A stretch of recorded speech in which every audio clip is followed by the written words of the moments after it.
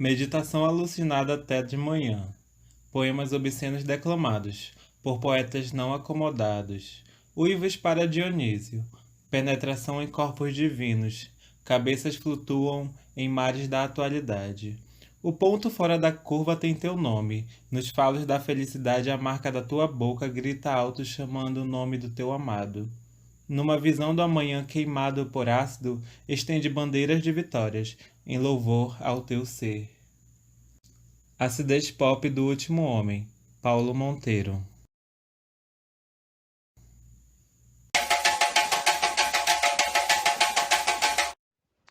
Fala galera, eu sou Isabela Saburá e esse é mais um CandiroCast.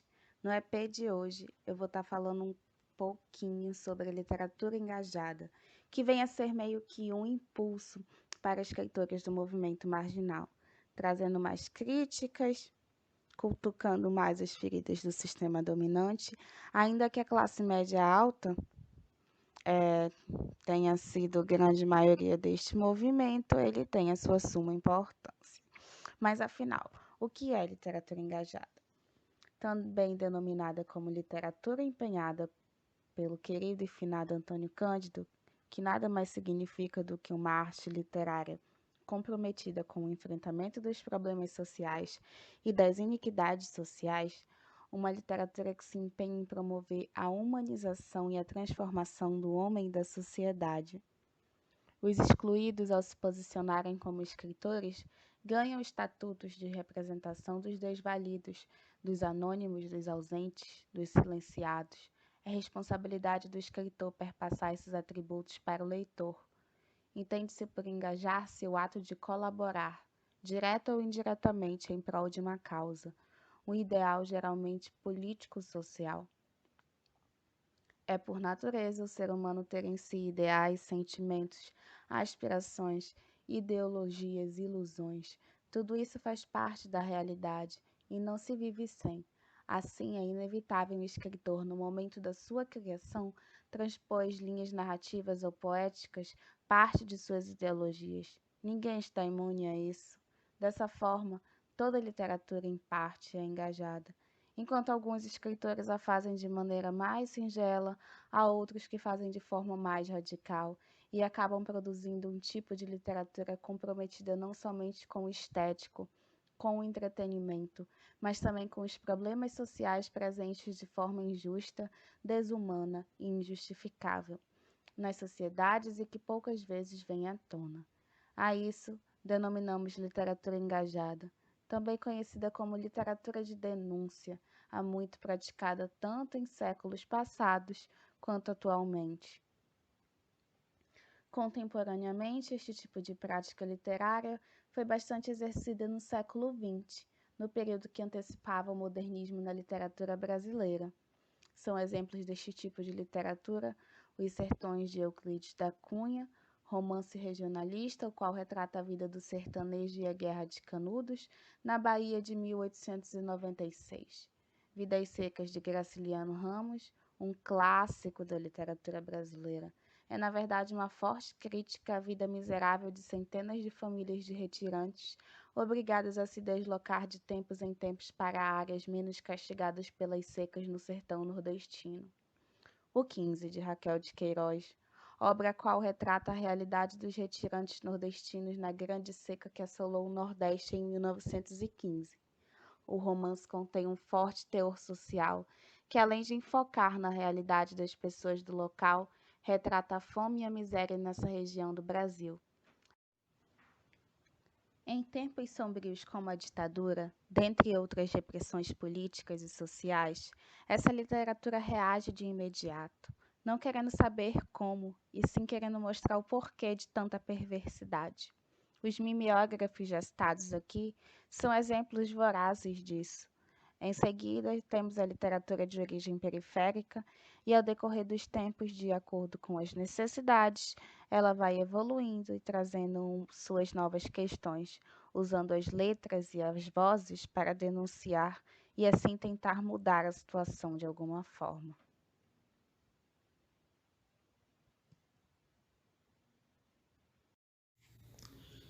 Abordamos, né, nos episódios anteriores Sobre a produção da literatura marginal no Brasil, né? Como ela se deu, os seus ápices, seu início. E neste episódio vamos tentar focar principalmente na a produção literária no Amazonas, né? Especificamente em Manaus. É difícil se ter uma noção sobre os primeiros textos de autores marginais amazonenses, porque dessas produções elas são independentes e feitas à mão, então muito desse material se perde pelo caminho. É importante falar também do movimento de fanzine. Provavelmente você já deve ter visto pelas ruas de Manaus, pelo centro ou em outros estados também, pessoas vendendo aqueles livretos de papel. São chamados de fanzine, né? Ele foi um importante mecanismo que muitos produtores, criadores, sejam escritores ou desenhistas, o que for, eles utilizavam deste material para criar e produzir suas artes. O movimento de fanzine, ele foi principalmente desenvolvido e utilizado pelo movimento punk, onde fãs de banda utilizavam do fanzine para criar e abordar sobre as suas bandas favoritas, principalmente com colagens e letras de música e tudo mais. Mas no Brasil, e aí ele foi se desenvolvendo. Mas ele foi se desenvolvendo. Então ele, a partir de cinco. Caralho. O movimento fanzine foi muito importante para a produção de autores à margem de produtoras, de escritoras e tudo mais. Em 1936 surge o primeiro fanzine de ficção. Em 1950 surge os primeiros dedicados a bandas de rock e tudo mais. A partir dos anos 70, o movimento punk utiliza o fanzine para espalhar a sua estética, né? Que é o do it yourself, que é essa ideia de faça você mesmo, que é muito o que o zine faz, o fanzine. Você pode fazer colagens nele a partir de revistas e tudo mais, então é tudo feito à mão, ele é muito manual. E a partir dos anos 80, né, ele converte o fanzine, ele tá presente ali os textos, então os autores conseguem ver naquele material uma forma de utilizar para colocar seus escritos autorais ali, não mais agora dedicado às bandas ou às séries, como foi muito feito depois que Star Wars e Star Trek se popularizou. Então, o movimento de fanzine era voltado para essa cultura geek ou para a cultura punk. Então, agora, nos anos 80, a nível assim, internacional, né, ele se vê abrangendo também os escritores. E o primeiro registro de um fanzine, de um movimento de fanzines no Brasil, é a partir da década de 60, no interior do estado de São Paulo. Um pesquisador chamado Edgar Guimarães que conseguiu registrar esse marco inicial. Mas em Manaus, no caso, não existe um acervo sobre essas produções, porque, como eu disse, né, elas são independentes, elas são manuais, e muito dessas produções ela acabam se perdendo, porque acaba não agregando um valor histórico que as pessoas queiram guardar, assim. Ela fica ali dentro da memória daqueles que leem e gostam de poesia e de literatura marginal, mas ela não sai daquele espaço. O Bodozine é um exemplo disso. Ele foi um fanzine em que agregava ali escritores e desenhistas marginais, e que rodou principalmente ali no centro de Manaus e dentro das universidades, né, dentro da UEA principalmente, mas ele não tem um registro dele fora dessas partes e fora das pessoas que compraram. Então, esses acervos eles acabam se perdendo, que foi o que aconteceu com a maioria das produções marginais. Um pesquisador chamado Sebastião Alves de Oliveira Filho, ele foi quem iniciou essa pesquisa sobre as produções de fanzines aqui em Manaus, e ele pôde ver que o movimento de fanzine ele está intimamente ligado a esse movimento punk, né? Tendo como um dos seus marcos pioneiros assim o fanzine intitulado Vômito, da roqueira, né, Anna Rocker. Ela foi vocalista da primeira banda punk de Manaus.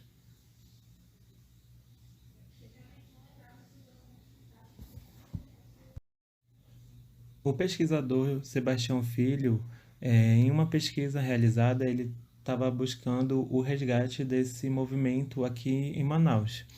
E em sua pesquisa ele pôde ver que o movimento de fanzine estava intimamente ligado ao movimento punk, descobrindo que um dos pioneiros, né, um dos fanzines pioneiros aqui em Manaus se chamava Vômito e era de uma vocalista de uma banda punk chamada Ana Rocker. Mas logo no início, o fanzine ele era muito ligado à questão visual. Tanto é que um dos pioneiros aqui no Amazonas e um movimento importante era intitulado Clube dos Quadrinheiros. Esse clube de quadrinheiros ele foi um fanzine, principalmente voltado à questão de HQ, mas o fanzine ele não tem uma limitação e não está preso a nenhuma norma. Então ele pode abrigar escritos, colagem, textos, desenhos e tudo mais. O Clube dos Quadrinheiros de Manaus, ele se inicia como uma reunião de artistas e apoiadores e apreciadores, né, de quadrinhos e tudo mais. Mas em 1992 ele lança o zine chamado Francazona, que era o carro-chefe deles, né? Então, a partir dessa e que foi uma criação coletiva do grupo.